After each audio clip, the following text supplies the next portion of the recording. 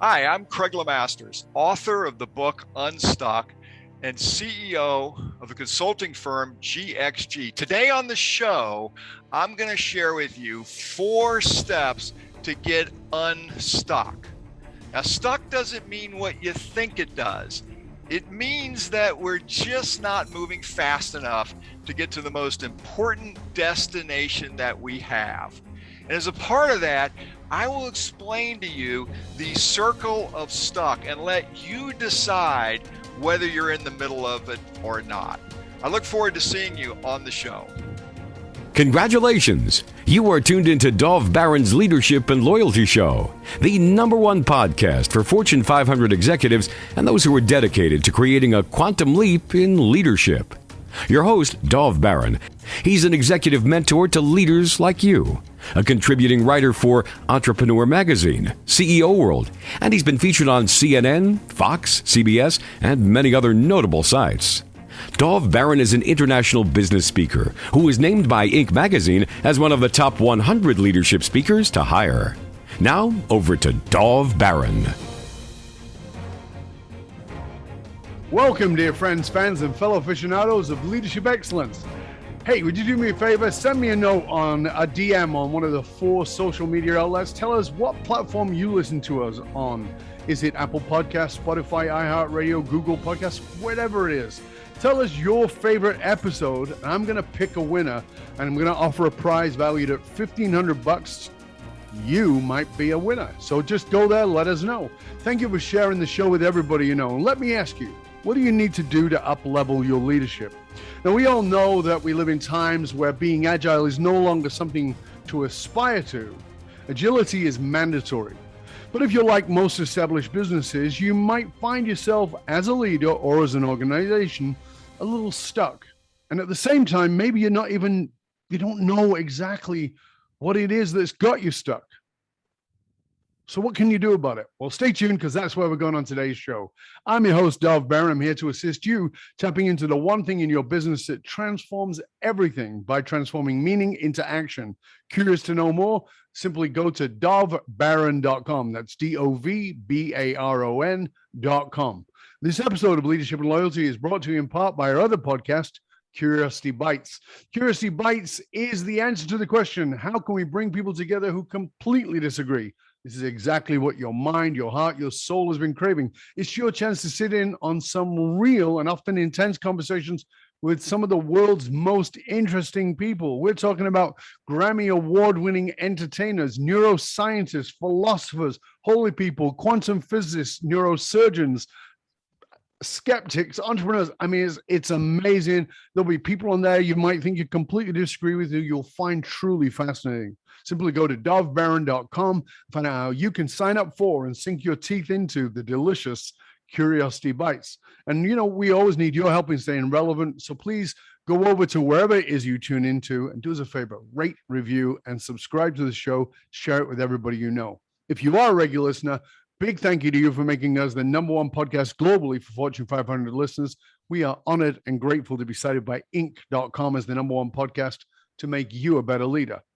All right, let's strip it down and dive right in. Like I said earlier, we all know that you've got to remain agile. But remaining agile isn't some mantra or something that you have posted on the wall. It's an environment. Do you have a learning ecosystem that facilitates your wisest people sharing their wisdom, or are you creating an environment where wise people hold on to their wisdom because they're afraid?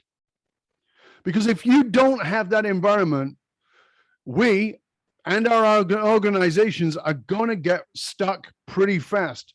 However, there is another component here, and that is the human desire for denial. Too often, a leader will find themselves stuck and are too hard-headed to admit that that is what they are. And so they remain stuck for a very long time. So how can we recognize when we're stuck? And what can we do to quickly become unstuck?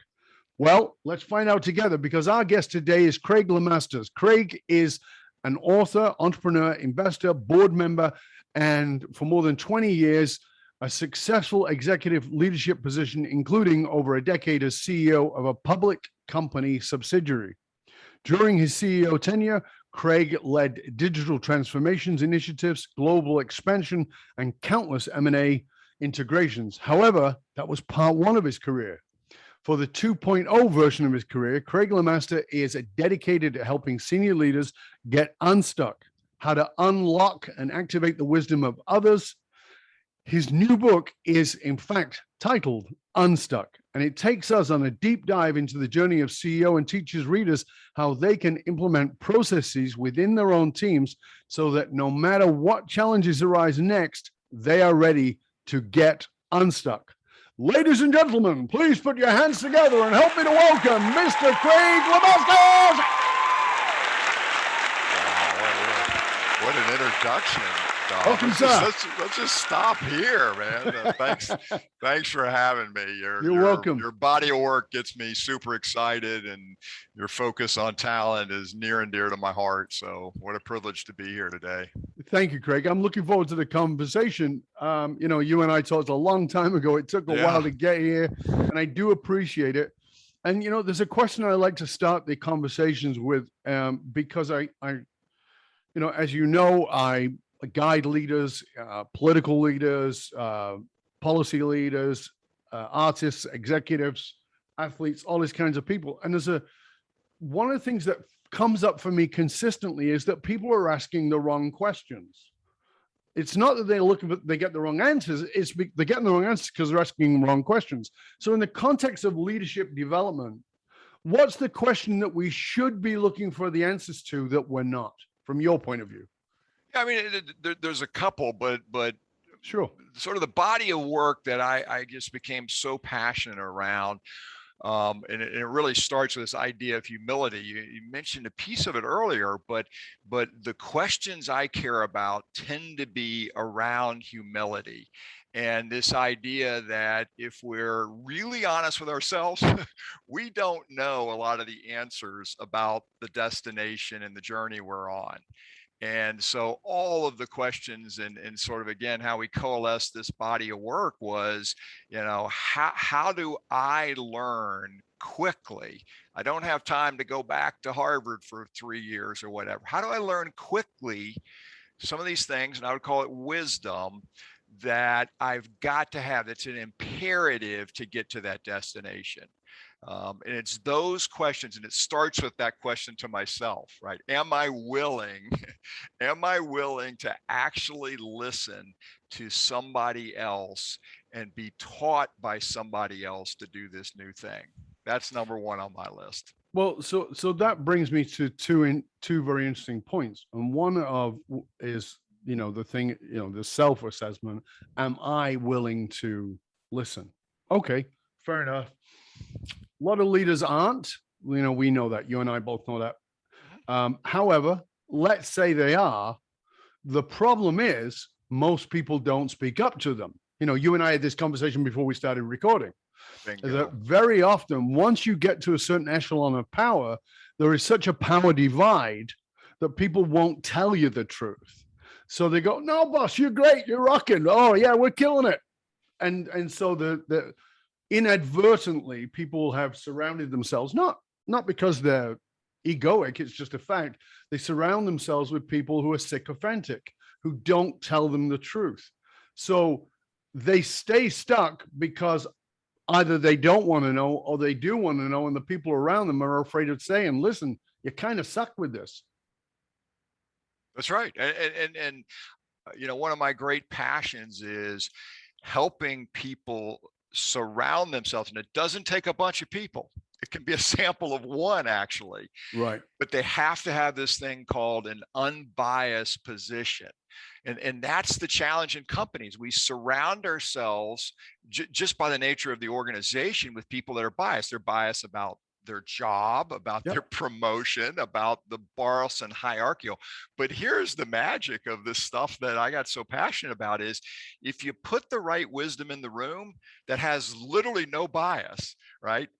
There is no issue with candidness. There is no issue with sharing it. You and I are an example. I was sharing with you earlier. You gave me some unbiased coaching on just a conversation we had, which was something I had never thought about.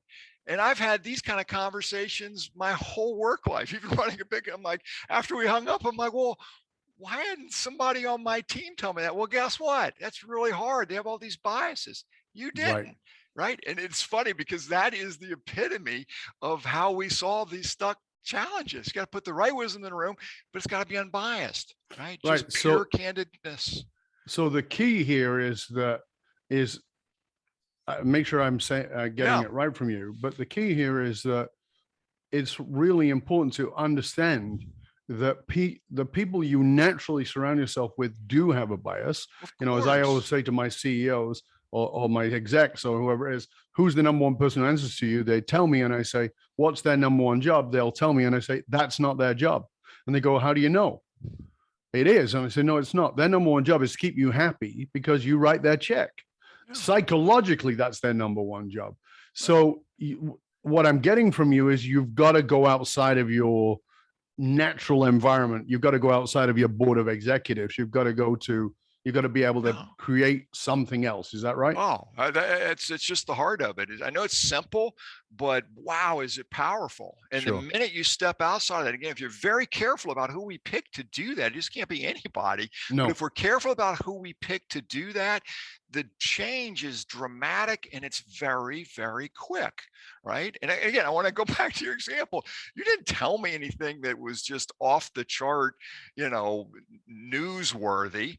But for me, it was. It was a great observation, right? That took about 30 seconds, but it was the right person, right, with the right wisdom, completely unbiased. And I'm like, who is this guy? Right? That's when it moves the needle. And I want everybody, when they're in our room, so to speak, doing this little secret sauce, just to have that experience. Right. And it's so much fun because it removes all of this other stuff where we walk out of the room and go, why did they say that? Why did she say that? Why would we go down this path? Right. And I don't even say bias, Dov, in a negative sense. We all have it. We're human beings. I mean, that's just who we are. I'm just saying there's a way to get to the heart of the humility and solve the problems if we just think about it differently and we use a different format. That's all. Right. Now, from your work, what would because your book is called Unstuck. So from your work, what would you say is the number one thing that gets someone stuck? Is it just that they don't get feedback or they don't, what would you say it is? Yeah, I think the root of the problem in most of our work, again, there's tons of advisory firms that do amazing work.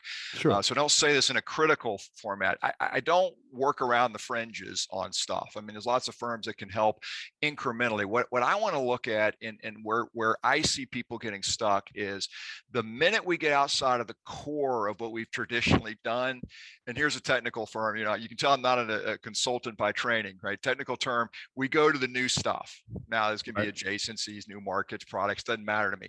But what I would argue is the minute we go from our core to the new stuff, there's a potential to get stuck. And the reason that I found is that our wisdom, I define wisdom as both knowledge and experience. And it has to be both. And if you buy into that, the minute you go from core to the new stuff, the wisdom, it doesn't go down incrementally like we want to believe it does.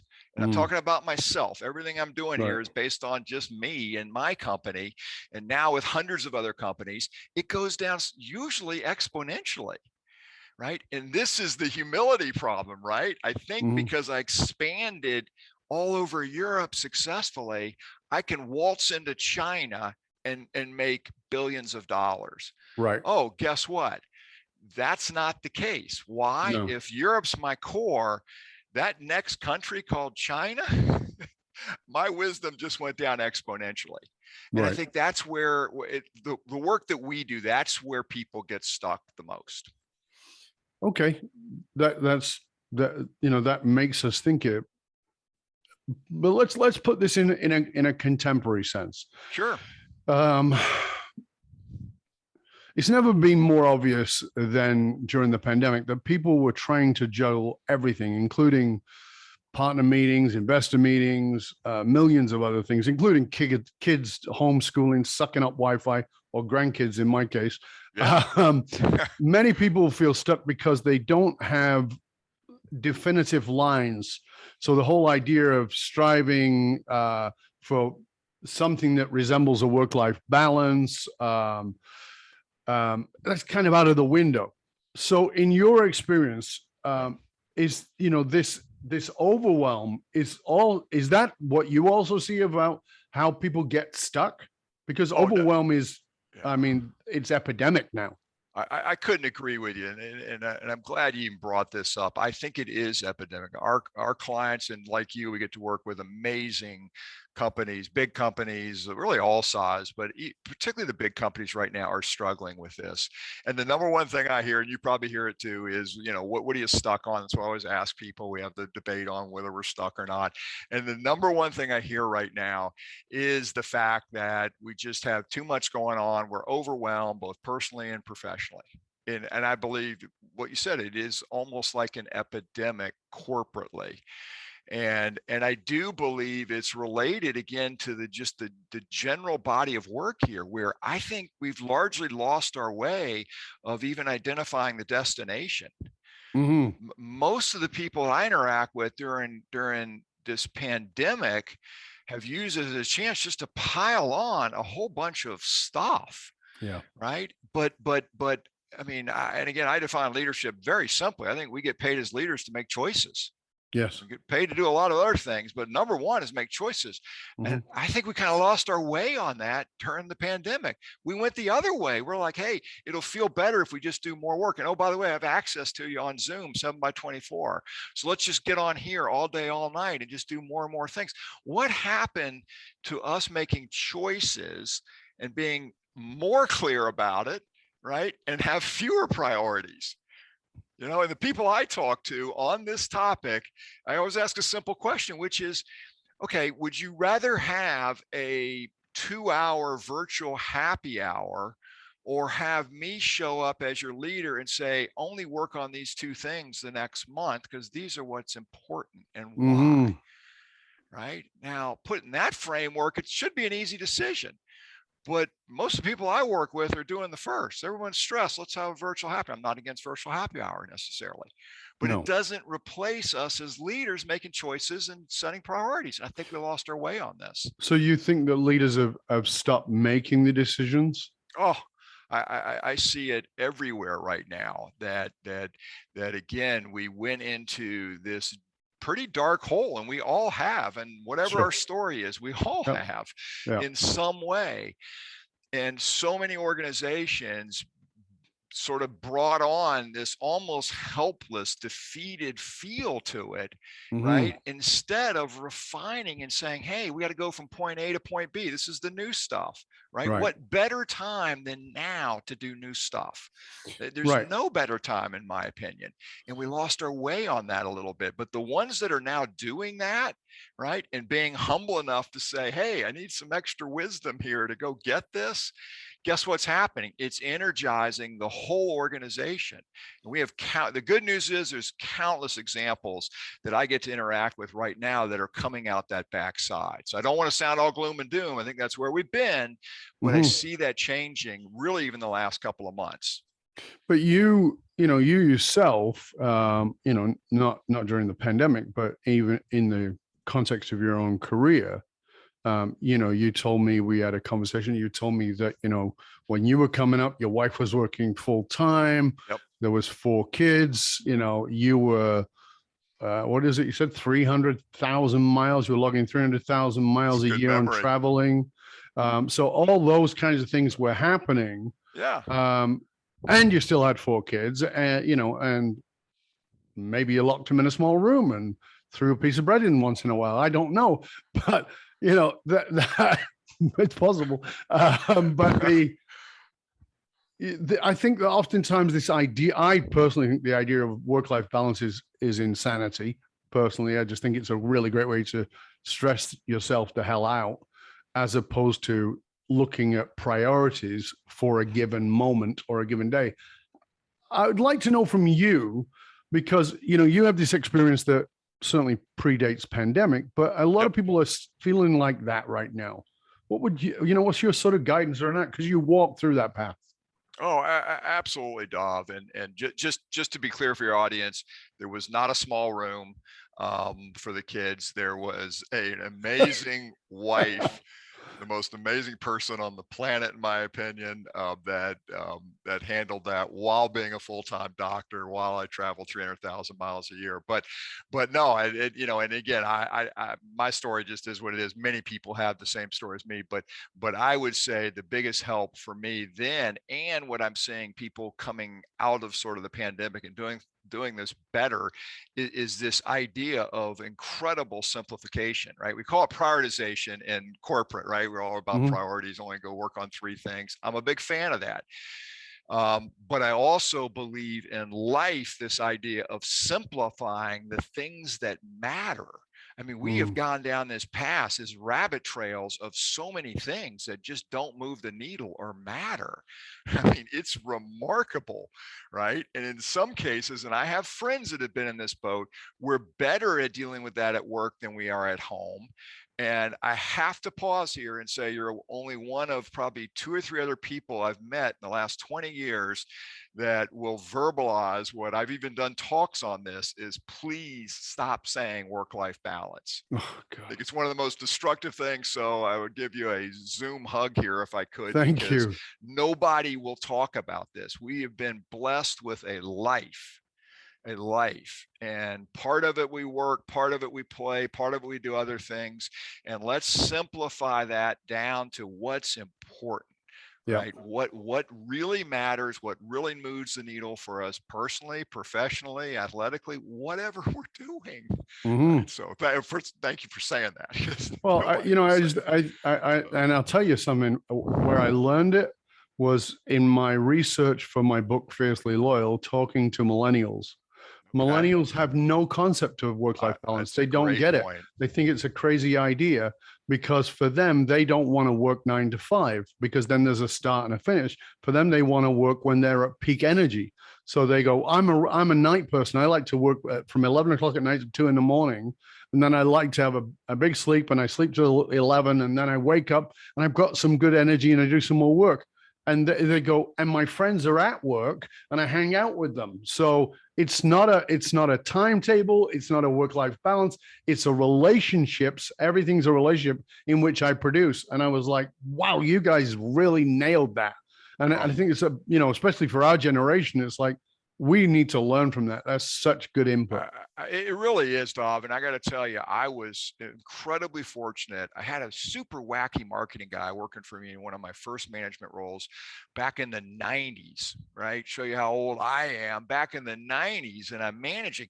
And this guy comes in and we're wearing suits to work and doing our hours. And he comes in and he's like, I can't do this. I do my best work at night.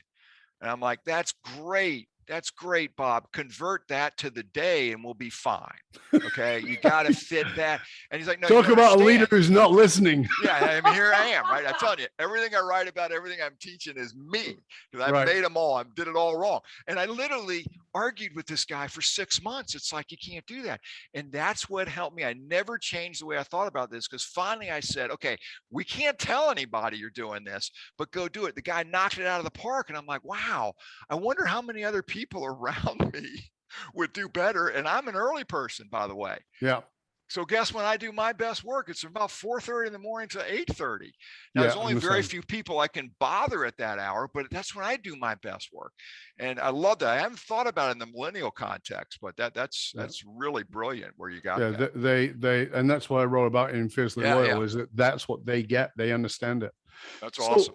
As we come towards the end of this particular section of part 1 of our 2-part conversation here, I want to talk about something that you talk about. I want you to tell us a little bit about it because I think it's going to help people to be able to identify what's going on.